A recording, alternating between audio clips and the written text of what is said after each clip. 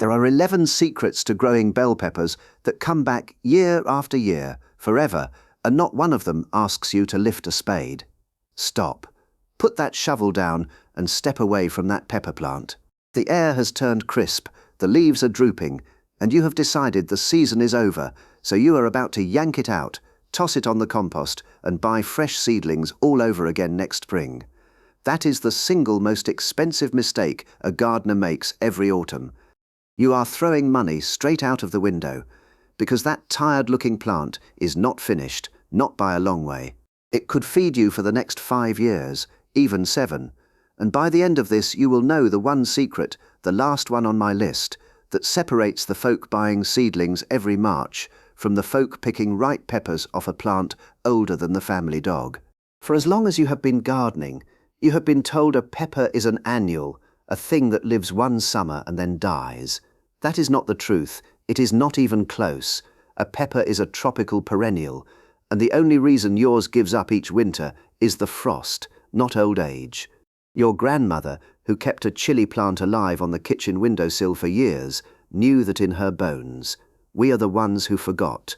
My name is Malcolm Ashby, and I have spent my life on the plants most folks misunderstand, and the pepper is chief among them, so trust me on this. What I am about to show you needs no strong back and no digging at all. If you love the idea of free food that comes back on its own year after year, do give this a subscribe. It is free and it helps me keep making these. Right then, get the kettle on and let us start with secret number 1. Secret number 1 is the one everything else is built on, and it will sound backwards at first. Do not plant your pepper in the ground. I know, that feels wrong. But if you want a plant to live for 5 years, it needs one stable home it never has to leave. Every time you dig a plant up to save it from winter, you tear off the fine feeder roots and the plant goes into shock, and half the time it never recovers. So plant it in a pot from the very first day, and not a mean little pot either. A 5-year-old pepper grows a root ball the size of a football, so give it room, at least a 5-gallon pot, and if you have the space, 7 to 10 gallons is better still. And here is the tip that saved my knees. Stand that pot on a little wheeled dolly, the kind you buy for $20. In summer you roll it to the sunniest corner. When a storm blows in, you roll it to shelter. And when winter comes, you roll it indoors without lifting a thing. The plant never even knows it moved. I learnt this the hard way. For years I grew my peppers in the open ground and dug them up each autumn to save them. And every single winter my back ached, the kitchen filled with spilled soil, and half the plants died of the shock anyway. The first year I left one in its pot and simply wheeled it indoors. It sailed through the cold without dropping a leaf, and I have not dug up a pepper since. This week, buy one big pot and one cheap dolly, and you have already begun. But a big pot with the wrong stuff inside it will drown your plant. So let us talk about what goes in it. Secret number 2 is the soil, and this is where most container peppers die before they ever fruit. Never fill that pot with ordinary garden soil. In a pot, garden soil sets like concrete, the water cannot drain, and the roots suffocate and rot. Your forever pepper needs a soil that breathes. Here is the recipe I have used for years, half-good potting mix to keep it light and open. 3 parts in 10 of compost or worm castings, which is your slow larder of food, and 2 parts in 10 of perlite, those little white rocky bits, because a pepper hates wet feet more than almost anything, and if its roots sit in water, it will drop every flower it has. The perlite makes thousands of tiny air pockets, so the water runs clean through. Get this mix right, and you will never fight root rot again. And do not be tempted by the cheapest bag on the shelf, the kind that is more bark and sand than anything living, because your plant has to make its home in this for years, not months. A good potting mix, a scoop of worm castings, and a bag of perlite will cost you less than a single meal out, and it will feed peppers for half a decade. Mix a bucket of it this weekend, but even the perfect pot of soil will fail your plant if it is cold. So the next secret is about heat. Secret number 3 is warmth, because a pepper is a creature of the tropics, and it never forgets it. Picture a pepper's true home, the hot, bright hillsides of South America where it has grown wild for thousands of years, and you understand at once why a cold, shaded corner will never do. Peppers do almost nothing until the soil around their roots is properly warm. So give them the hottest spot you have against a south-facing wall that soaks up the sun and breathes it back at night. Use a dark-coloured pot rather than a pale one, because the dark sides drink in the heat and warm the roots by degrees through the day. Do not rush your plant outside in spring the moment the frost lifts, because a cold shock in April will set it back for a month. Wait until the nights are properly mild. This week, find the warmest, brightest corner of your plot and make that your pepper's home. But a warm, well-fed plant will try to shoot straight for the sky, and that is a problem, which brings us to the next secret. Secret number 4 might sting your feelings, but it is the difference between a weak stick and a sturdy little tree. When your young plant is about 6 to 8 inches tall, I want you to cut its head clean off. I know you nursed it for weeks, but here is the biology of it. Left alone, a pepper grows tall and lanky on one thin stem, and the day it carries heavy fruit, that stem snaps. Snip out the growing tip, a trick the old hands call topping, and the plant answers by pushing out 2 strong main stems in a Y, and from those 4, and from those a low, bushy, powerful frame. Remember, this skeleton has to hold up dozens of heavy peppers every year for 5 years or more. Be brave, lose a little height now, and gain a tree that lasts, and save that snipped-off top, because if you stand it in a glass of water on the windowsill, it will often grow its own roots and hand you a second plant for nothing. Do it the day your plant hits 8 inches. But building the frame is only half the shaping, because the plant will next try to fruit far too soon. Secret number 5 is the one nobody has the heart to do, and it is this. Pinch off the very first flowers your young plant makes. It feels like a crime, throwing away the first peppers before they start. But a small plant that is allowed to set fruit early pours all its strength into those 2 or 3 peppers and stops building roots and branches. Take those first flowers off with your fingers, and you tell the plant, not yet, grow first. It rewards you a few weeks later with a far bigger plant that carries 10 times the crop. On a plant meant to live for years, those first weeks of root building are everything. It is the hardest thing I ask of you in this whole video, throwing away good flowers with your own hands. But a strong young plant now becomes a mountain of peppers later. Pinch the first flush of flowers this season, and trust me. But once the plant is finally allowed to fruit, the way you water it decides whether that fruit is any good. So let us go there next. Secret number 6 is steady water and a little calcium, and it cures the 2 heartbreaks of pepper growing in one go.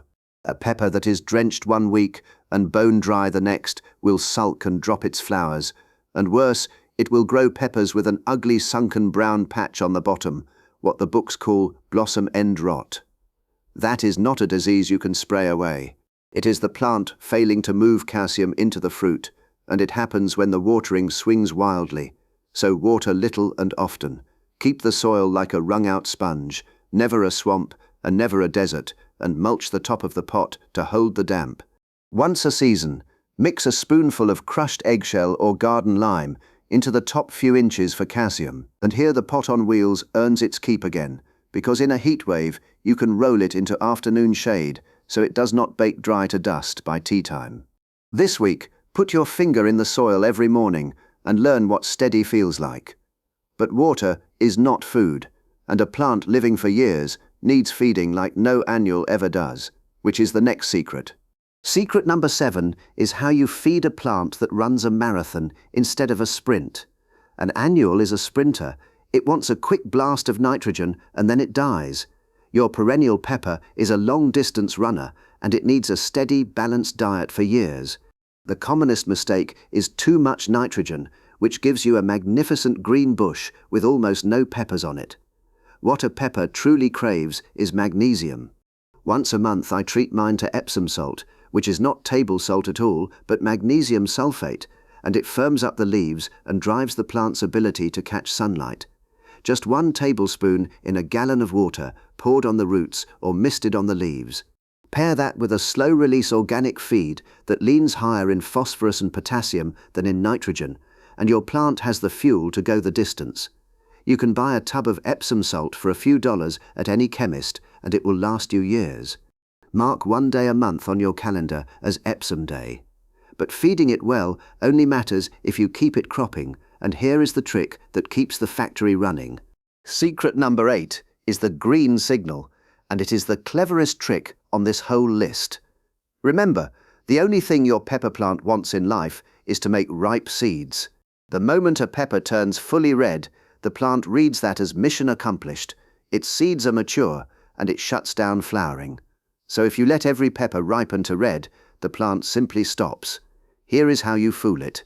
Pick most of your peppers, say 5 or 7 out of every 10, while they are full-sized but still green. To the plant, that reads as failure. Its seeds are gone, and it panics and throws out a whole new wave of flowers to try again. Snip them off with scissors rather than tugging them, so you never tear the branch. And do not think of a green pepper as some unfinished red one gone to waste, because a green pepper is simply a younger pepper, crisp and fresh and every bit as good in the pan. I eat the green ones for cooking and grilling, and I leave just a few on the vine to turn red and sweet for salads. That is how one plant crops all season instead of quitting in August. Try it the moment your first peppers reach full size. But a plant heavy with fruit is a target, and there is a thief that can strip it bare overnight. So we must deal with that next. Secret number 9 is how you beat the deer and the mice for nothing, and it comes free with the way we are already growing. Have you ever gone to bed with a plant laden in peppers and woken to a bare green stick? The culprit is a deer, or a groundhog, or a family of mice. One fellow who watches these left me a note to say he lost 4 7-year-old pepper plants in a single night to deer, and I felt that like a punch. If you grow in the ground, you are into expensive fencing, but because your peppers live in pots, you have a free and near-perfect answer: height. Stand your pots up on the porch, the deck, the balcony, anywhere raised and near the door. Deer will not climb narrow steps onto a raised deck close to the house, and mice and rabbits will not cross an open patio where a dog might be. No sprays, no fences, no heartbreak, and the peppers are an arm's reach from the kitchen. And if a bold deer still finds its way up, a single strand of fishing line strung at chest height around the deck will turn it back, because a deer will not push through a barrier it cannot see. This week, lift your pots up off the ground, but the greatest threat to a forever pepper is not the deer. It is the dark, cold months ahead, so let us talk about light. Secret number 10 is winter light, and it is the quiet reason most overwintered peppers still die indoors. When you bring a plant inside, it goes from the blaze of the open sky to the gloom of a room, and it reads that darkness as a signal to give up. A few weeks after coming in, it may drop a load of leaves, and this is the moment most people panic and bin a perfectly good plant. Do not. Sit it in your brightest window, a south-facing one if you have it, and if your rooms are dark, spend $15 on a simple grow light bulb in an ordinary lamp and run it a few hours a day. That small light is the difference between a plant that naps and a plant that dies. A pepper does not need blazing sun in its winter sleep. It only needs enough light to tick over, the way a fire banked low still holds its heat through the night. Even a dim room will do with one cheap bulb burning a few hours a day. What you must never do is shut it away in a dark garage and forget it, because that is not a rest, that is a slow death. Set aside your brightest windowsill now, before the plant needs it, which brings us, at last, to the secret this whole video has been building toward. Secret number 11 is the Great Migration, the one that separates the folk who buy seedlings forever from the folk who never buy another pepper plant in their lives. When the night temperatures start dipping toward 50 degrees Fahrenheit, it is time to bring your plant in, and thanks to everything we have done, it is 3 easy steps, not a dig and a prayer. Step 1, a security check, because you must never carry aphids indoors. Turn the leaves over, look underneath, and hose the whole plant down, or wipe it with neem oil a few days before the move. Step 2, a soft prune, because your plant lives in its pot and suffers no root shock. You do not hack it back to a stump, the way ground growers must. You simply trim off the dead wood, pick the last fruit, and keep that beautiful frame you spent all summer building. Step 3. Roll it in to that bright window or under that little light. Water it far less, only when the soil is dry, and let it sleep. And here is the loop I promised you at the very start, closing shut. While your neighbours are out in the cold digging up roots and losing plants to shock, you simply roll a pot across the floor. Come February, you lean in one morning and see tiny green buds breaking along those old stems. That is the whole game won. That plant is now 2 years old, then 4, then 7, older than the family dog. And while everyone else waits 3 months for a supermarket seedling to limp into growth, your old-timer wakes up with a full root system beneath it and explodes, flowering 2 months early and giving you double the crop. And the horticulture departments at the big agricultural colleges will tell you the same thing in plainer words. The pepper is a tender perennial, and only the frost was ever killing it. Say it back to yourself, because this is the whole method in 6 beats. 1 pot, never the open ground, a soil that breathes, a warm, bright corner, a frame pruned low and strong, steady water and the right food, and when the cold comes, wheels across a floor, not a spade in the dirt. Get the first 5 right and miss the last one, and you lose everything the summer gave you. So step back and think on what has really been going on here. Why does every garden centre file peppers under annuals, in the annuals aisle, next to the bedding plants that die on purpose? The answer has nothing to do with the plant and everything to do with the till. When garden centres spread across the land in the 1950s and 60s, the whole trade was built on selling you a fresh tray of little plants every single spring. A pepper that lives 7 years is a pepper they only sell you once. It is not a conspiracy, it is just money, just how a shop stays open. And it is not your fault that you believed it, because every label, every shelf, and every catalogue told you the same thing. But your great-grandmother, with her chili on the sill, was right all along, without a single label to tell her so. And think of the plain arithmetic of it. A tray of pepper seedlings costs you $15 or $20 every spring, and most of them limp along and hand you a few fruit before the first frost kills them stone dead. 1 forever pepper costs you a single pot, 1 bag of perlite, and a little care, and it pays you back every year for the rest of the decade. To keep 1 pepper plant alive for 7 years is a small thing, and it is also a kind of independence, a refusal to start again from nothing every March, a plant that knows you and comes back to you, whether the world wants to sell you a new one or not. Before you go, do 2 things for me down in the comments. Tell me how old your oldest pepper plant has ever grown, and tell me which of these 11 secrets you are going to try first. I read as many of your comments as I possibly can, and the patterns never cease to amaze me. And a small parting gift, because you will soon have more peppers than you can eat. Do not freeze them raw and sad. Roast them whole under the grill until the skins go black and blistered. Steam them in a covered bowl for 10 minutes so the skins slip away, and freeze that silky, smoky flesh for gourmet peppers all winter long. Thank you for spending this time with me, and whatever you do, don't pull that plant up, not now that you know what it can become. If this was useful to you, subscribe, because next time I am going to show you how to do the very same trick with tomato plants. Yes, a tomato that lives for years, and there is 1 step you must get right in the first week or you lose the whole plant. See you then, and look after yourselves.